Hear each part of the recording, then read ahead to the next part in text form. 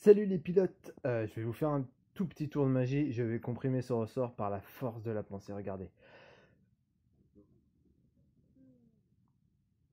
Et voilà. Je rigole évidemment. Ouais, je vous fais une petite vidéo. En fait, j'ai monté ce cylindre esclave, alors que je pense utiliser du coup pour la boîte de vitesse SRT, comme je vous l'avais dit. Et bah du coup, voilà, là j'ai fait un petit montage hydraulique. Je l'ai monté en fait simplement voilà sur la pédale de frein. Alors je crois que c'est une 5.2 celle-là. Et j'ai fait le branchement simplement pour voir quel était le ressenti finalement voilà, si on reliait donc notre maître cylindre, notre pédale de frein sur ce cylindre esclave.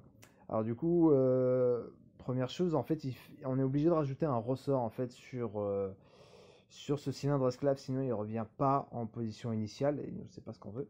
Mais en fait, c'est plutôt cool parce que le ressenti, donc on a un ressenti hydraulique. On a une première partie de la course en fait qui ne fait pas bouger le ressort. C'est environ 30 degrés, enfin 30 degrés, non, je sais pas, environ 20 à 30% de la course voilà, qui n'a quasiment aucun impact sur le ressort. Et puis après, on arrive sur une résistance. Et là, du coup, la tige rentre dans notre cylindre esclave. Et ce qui est vachement sympa, c'est que du coup, ça fait un ressenti très intéressant pour de l'embrayage. Parce que, donc, comme je vous l'ai dit, on a une première partie de course qui est entre guillemets dans le vide. Je sais pas si on va le voir ici. Euh, voilà. Donc là, ça me sert à rien. C'est de la course inutile. Attendez, hop. Ça, c'est de la course inutile. Et après, c'est utile. Et du coup, ça fait vraiment deux résistances différentes. Deux résistances différentes. Donc, du coup, un truc en fait franchement crédible pour de l'embrayage. Donc, du coup, du coup, j'en suis amené à me dire, ah bah tiens, en fait, si on fait une pédale d'embrayage, c'est vite réglé. On prend la pédale de frein SRT, on la branche à ce cylindre esclave avec ce ressort au lieu de la brancher sur un étrier de frein et on a notre pédale d'embrayage, c'est réglé. Alors du coup, j'attends quand même de voir ce que ça va rendre sur la boîte de vitesse. Je pense que ça va être beaucoup mieux parce que du coup, comme je vous l'avais dit, ça va pas avoir ce côté artificiel qu'on a sur les pédales d'embrayage qui n'agissent sur rien du tout, quoi. Donc là, on va avoir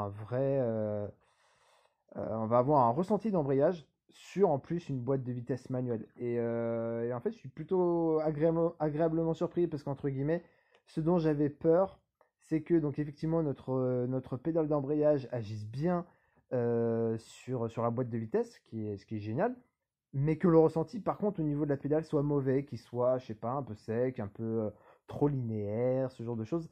Et visiblement, nous, on va avoir une pédale d'embrayage qui va avoir un super ressenti de pédale d'embrayage tout en contrôlant notre boîte de vitesse en H. Donc c'est clairement de bon augure.